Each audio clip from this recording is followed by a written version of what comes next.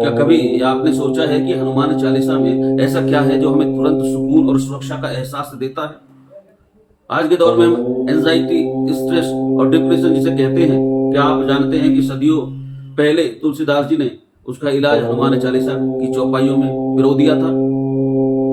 हनुमान चालीसा सिर्फ डर भगाने वाली कहानी नहीं है, बल्कि यह फोकस और कामयाबी हासिल करने का एक कंप्लीट रोड मैप है। यह सिर्फ रटी रटाई पंक्तियां नहीं, बल्कि आपके मेंटल हेल्थ और बुद्धि के साथ साथ आंतरिक सेटिस्फेक्शन, शांति को रिबूट करने का सबसे पावरफुल तरीका है। तो आज हम हनुमान चालीसा को उस नजरिए से आपको बताते हैं जैसा आपने पहले कभी सोचा नहीं होगा, क्योंकि हनुमान चालीसा सिर्फ कोई धार्मिक टेक्स्ट नहीं है। यह इंसान के भीतर की सोई हुई शक्तियों को जगाने का साइकोलॉजिकल और स्पिरिचुअल प्रोसेस है। तो शुरुआत करते हैं भाइयों, मैं कपिल शर्मा और आज की कहानी बड़ी स्पेशल है, हनुमान चालीसा को डिकोड करने वाली है। अब चैप्टर नंबर 1 आप देखिए। हनुमान चालीसा की शुरुआत श्री गुरु चरण सरोज रज से शुरू होती है। इसका मतलब है कि हम अपने गुरु के चरणों की धूल से अपने मन के दर्पण को साफ करते हैं। साइकोलॉजिकल के नजरिए से देखें तो यह ईगो को काम करने की एक प्रक्रिया है। जब हम खुद को किसी ऊंचे आदर्श या गुरु के सामने छोटा मानते हैं तो हमारे दिमाग नई चीजें सीखने और सकारात्मक ऊर्जा को ग्रहण करने के लिए खुल जाता है। यह विनम्रता ही इंसान को बड़े काम करने की शक्ति देती है। तुलसीदास जी ने रज यानी धूल का इस्तेमाल किया है, जो यह बताता है कि ज्ञान की शुरुआत जमीन से जुड़कर ही हो सकती है। जब मन का आईना साफ होता है तभी हमें अपनी असली ताकत और कमियों का एहसास होता है।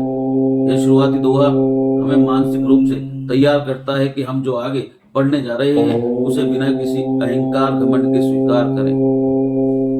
अब इसके बाद आता है बुद्धिहीन तनु जानिके। इसका असली मनोविज्ञान जानते हैं? देखिए, हनुमान चालीसा की शुरुआत में ही हम खुद को बुद्धिहीन कहते हैं। क्या इसका मतलब है कि हम वाकई में बेवकूफ हैं? नहीं, यह बेवकूफी वाली बात नहीं है।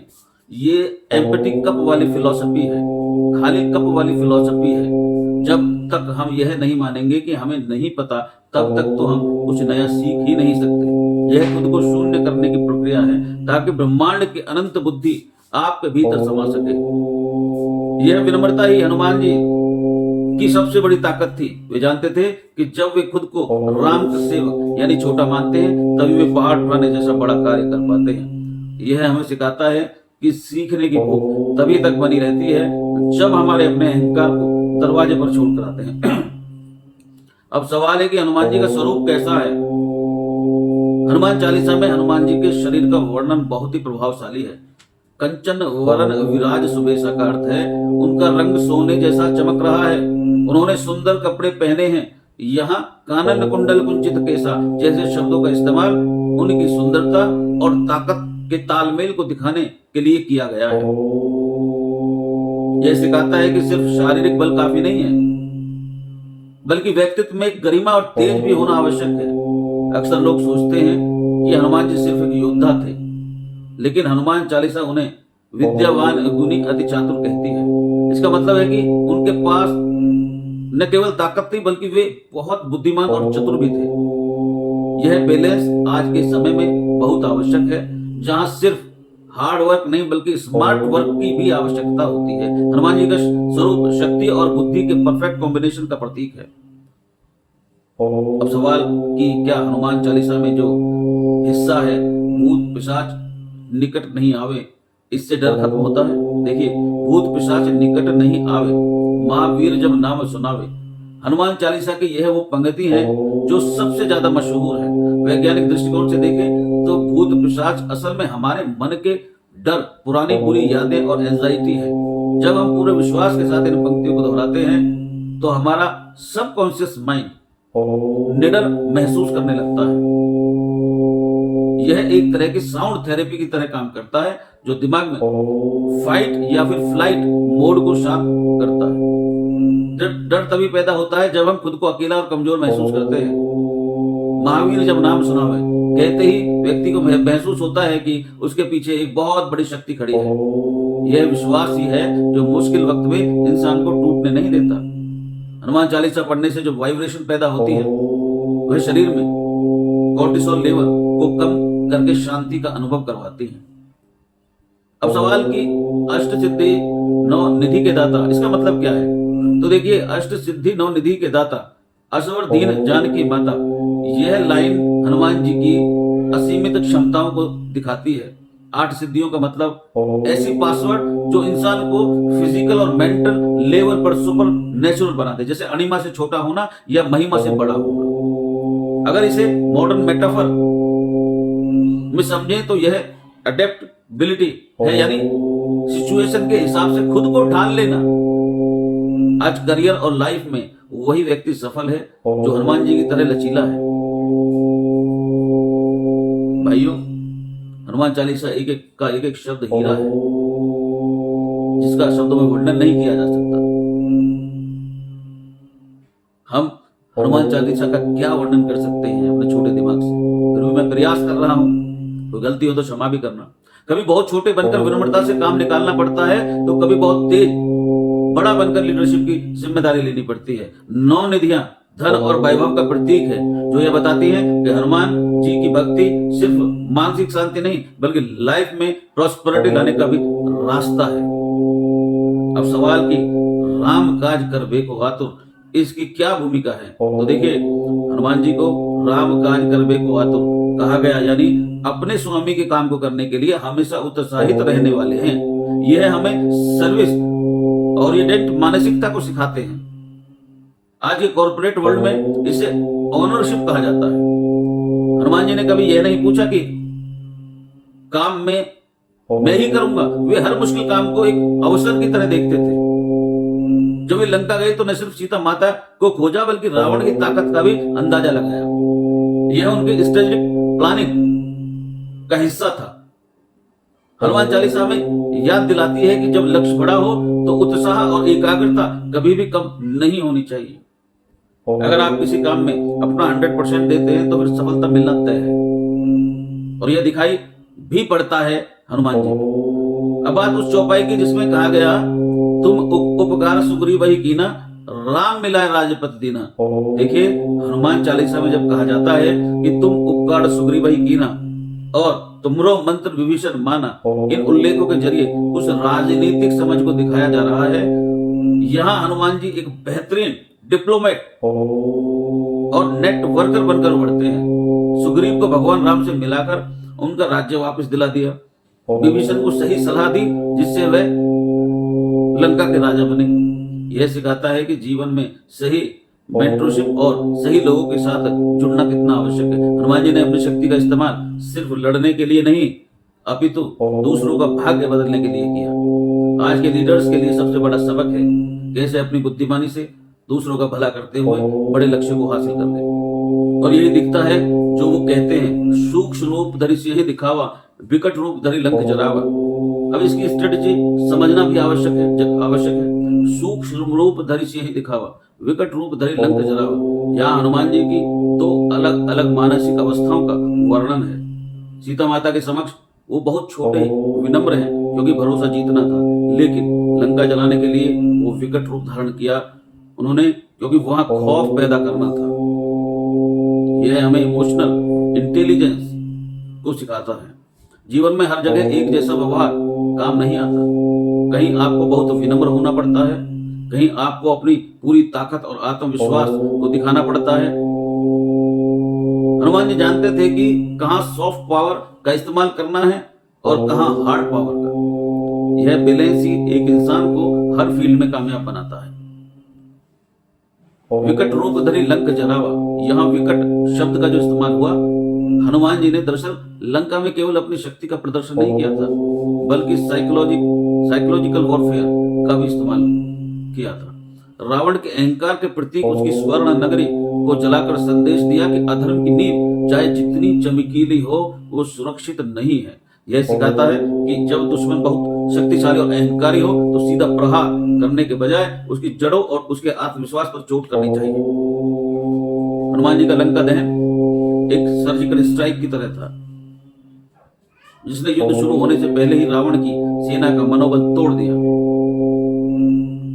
हनुमान जी की यात्रा में सुरसा और लंकनी जैसे कई अवरोध भी आए थे, सुरसा के सामने बुद्धिमानी दिखाई, बहुत छोटा रूप बनाकर मुंह से बाहर निकले, लंकनी को एक दूसरे से शांत किया। यह हमें कॉन्फ्लिक्ट मैनेजमेंट को सिखाता है। जीवन में हर समस्या को सिर्फ लड़कर हल नहीं किया जाता, कुछ जगहों पर बुद्धि और चतुराई का इस्तेमाल करके भी किया जाता है। हनुमान जी दरअसल जानते थे कि कहाँ लड़ना है, कहाँ झुकना है, और यही बैलेंस एक सफल दूत बनाता है। यह हमें सिखाता है कि मंजिल तक पहुंचने के लिए केवल ताकत नहीं बल्कि सिचुएशन की समझ होना भी आवश्यक है, और यह हनुमान जी में कूट कूट कर भरा है। अब बात करते हैं अगली चौपाई की। जुग सहस्त्र जोजन पर भानु, लील्योताई मधुर फल जानु। यह चौपाई आज के वैज्ञानिकों को भी हैरान करती है। तुलसीदास जी ने सदियों पहले पृथ्वी से सूर्य की दूरी का सटीक कैलकुलेशन किया था। युग सहस्त्र और योजन को गुणा करने पर जो आंकड़ा निकलता है वह नासा द्वारा बताई गई सूर्य की दूरी के लगभग बराबर है। यह सिर्फ एक पौराणिक कहानी नहीं, बल्कि यह हमारी प्राचीन भारतीय खगोल विज्ञान की श्रेष्ठता का प्रमाण है। हनुमान जी का सूर्य को निगलना इंसान की उस असीमित जिज्ञासा और साहस को दिखाता है जो असंभव को भी संभव मानकर उसे हासिल करने की कोशिश करता है। अब आखिर में सवाल कि क्या हनुमान चालीसा सेहत सुधारती है? नासे रोग हरे सब पीरा, जपत निरंतर हनुमत वीरा। यह पंक्ति सीधे तौर पर हेल्थ से जुड़ी हुई है। हनुमान चालीसा का नियमित पाठ सांस लेने की प्रक्रिया को रिदम तरीके से वो करें, तो जब आप जोर जोर से चालीसा पढ़ते हैं तो यह एक तरह का प्राणायाम बन जाता है। इससे फेफड़ों की क्षमता बढ़ती है और शरीर में ऑक्सीजन का फ्लो बेहतर होता है। साइक्लोसोमेटिकल बीमारियों में जहां मन की चिंता शरीर को बीमार करती है, वहां यह बहुत ही असरदार है। प्राचीन समय से माना जाता है कि मंत्रों की फ्रीक्वेंसी हमारे सेल्स पर पॉजिटिव असर डालती है। जब आप हनुमत बलबीरा का जप करते हैं तो आपके अंदर आत्मविश्वास और जोश का संचार होता है। यह जोश आलस खत्म करता है जो कई बीमारियों की जड़ है। अब आखिर में अब हम आते हैं यम कुबेर दिगपाल जहां थे, कवि कोविद कह सके कहां थे। यह चौपाई बताती है कि मृत्यु के देवता यम, धन के देवता कुबेर और 10 दिशाओं के रक्षक भी हनुमान जी के तेज के आगे नतमस्तक हैं। इसका मतलब गहरा है कि जो व्यक्ति हनुमान जी की शरण में है उसे न तो काल का डर है न अभाव का डर है। यह कवि कोविद का अर्थ है कि बड़े से बड़े विद्वान और महाकवि भी उनकी महिमा का पूरा वर्णन नहीं कर सकते। यह हमारी कल्पना की सीमाओं को तोड़ने वाली बात है। जब हमें याद दिलाया जाता है कि जब हम किसी ईश्वरीय शक्ति से जुड़ते हैं तो हम सांसारिक सीमाओं से ऊपर उठ जाते हैं। ये चौपाई हमें अपनी बुद्धि के घमंड को छोड़कर उस विराट सत्ता को स्वीकार करने की प्रेरणा देती है।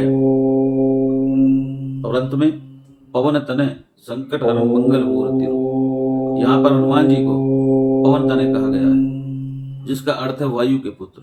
वैज्ञानिक रूप से वायु प्राण का प्रतीक है। बिना ऑक्सीजन के जीवन संभव नहीं। हनुमान जी उसी प्राण शक्ति के कंट्रोलर है। संकट हरण का मतलब है केवल बाहरी मुसीबत को टालना नहीं, बल्कि भीतर के उन संकटों को खत्म करना जो मानसिक रूप से बीमार करते हैं, जैसे ओवर थिंकिंग, आलस। जब पवन पुत्र का ध्यान करते हैं तो हमारे शरीर में ऊर्जा का संचार तेज हो जाता है। यह सिखाता है कि अगर हमारी सांसों पर नियंत्रण हो और प्राण शक्ति मजबूत हो तो दुनिया का कोई भी संकट हमें मानसिक रूप से तोड़ नहीं सकता। हमें शारीरिक और मानसिक मजबूती का एक साथ मंत्र देती है। यहाँ मंगल शब्द का अर्थ है कल्याणकारी। ज्योतिष और विज्ञान दोनों में मंगल ग्रह को ऊर्जा और साहस का प्रतीक माना गया। हनुमान जी उसी मंगलकारी ऊर्जा के साकार रूप हैं। इसका मतलब है कि उनकी भक्ति करने वाला व्यक्ति कभी नेगेटिव नहीं हो सकता। जब आपका माइंडसेट मंगलकारी या पॉजिटिव होता है तो आपके आसपास की परिस्थितियां अपने आप बदलने लगती हैं। यह एक तरह का लॉ ऑफ अट्रैक्शन है।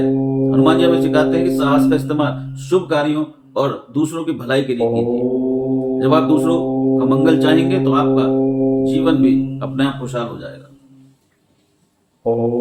ऐसी ही एक चौपाई है राम रसायन तुमरे पासा। यहाँ रसायन शब्द बड़ा महत्वपूर्ण है। जिस तरह केमिस्ट्री में रसायन दूसरे की प्रॉपर्टी को बदलता है, वैसे ही राम नाम का यह रसायन इंसान के भीतर की नकारात्मकता को खत्म करता है। हनुमान जी के पास ये फॉर्मूला है। वे इसे उसी तरह देते हैं जो पूरी तरह समर्पित होता है। समर्पण का मतलब गुलामी नहीं, बल्कि ईगो का पूरी तरह विसर्जन।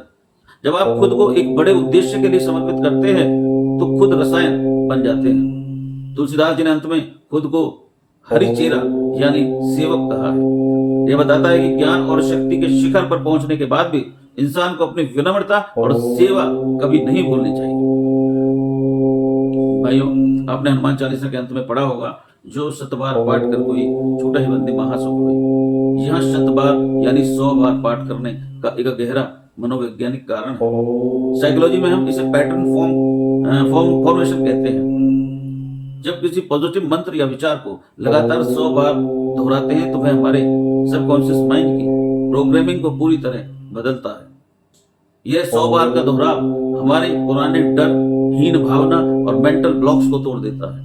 छूटा ही बंदी महासुख होई का अर्थ है सिर्फ जेल से छूटना नहीं, बल्कि उन मानसिक बेड़ियों से आजाद होना जो हमें आगे बढ़ने से रोकती हैं। यह प्रोसेस हमारे भीतर एक ऐसा कॉन्फिडेंस पैदा करता है जिससे हम बड़े से बड़ा संकट को मुस्कुराकर पार कर देते हैं, उसका सामना कर सकते हैं। और इसीलिए तो हनुमान चालीसा कहती है कि संकट कटे मिटे सब पीरा, जो सुमिरै हनुमत बलवीरा, संकट ते हनुमान छुड़ावे। ये लाइन रिलैक्सेशन का काम करती है। लाइफ में जब इंसान चारों तरफ से घिर जाता है, कोई रास्ता नहीं दिखता, तब मन, क्रम और वचन से हनुमान जी का ध्यान करके यह बात कही गई है। इसका मतलब है, प्रभु आपके चरणों में मैं कंप्लीट टोटल सरेंडर। जब आप अपनी चिंताएं किसी बड़ी शक्ति को सौंपते हैं तो आपका दिमाग शांत होकर सही फैसले लेने के काबिल बन जाता है। मुश्किलें तो कभी खत्म नहीं होती हैं, लेकिन झेलने की ताकत बढ़ती है। हनुमान जी ने समंदर लांघने जैसे नामुमकिन काम भी सिर्फ विश्वास के दम पर किए। यही मोटिवेशन हमें डेली स्ट्रगल से लड़ने की हिम्मत देता है और यही हनुमान चालीसा हमें सिखाती है। तो ये हनुमान चालीसा को रिकॉर्ड करके हमने कोशिश की इस सरल शब्दों में आपको समझाएं कि गोस्वामी तुलसीदास जी ने जेल में रहकर भी कैसे हमको हनुमान चालीसा दी, जो आज सारे जीवन का कायाकल्प कर सकती है। अब आप पर है कि हनुमान चालीसा में जो कहा गया उनको आप समझकर जीवन में कैसे अमल करते हैं। बाकी राम राम कहते रहिए और हनुमान जी का पूजा पाठ करते रहिए। जय श्री राम।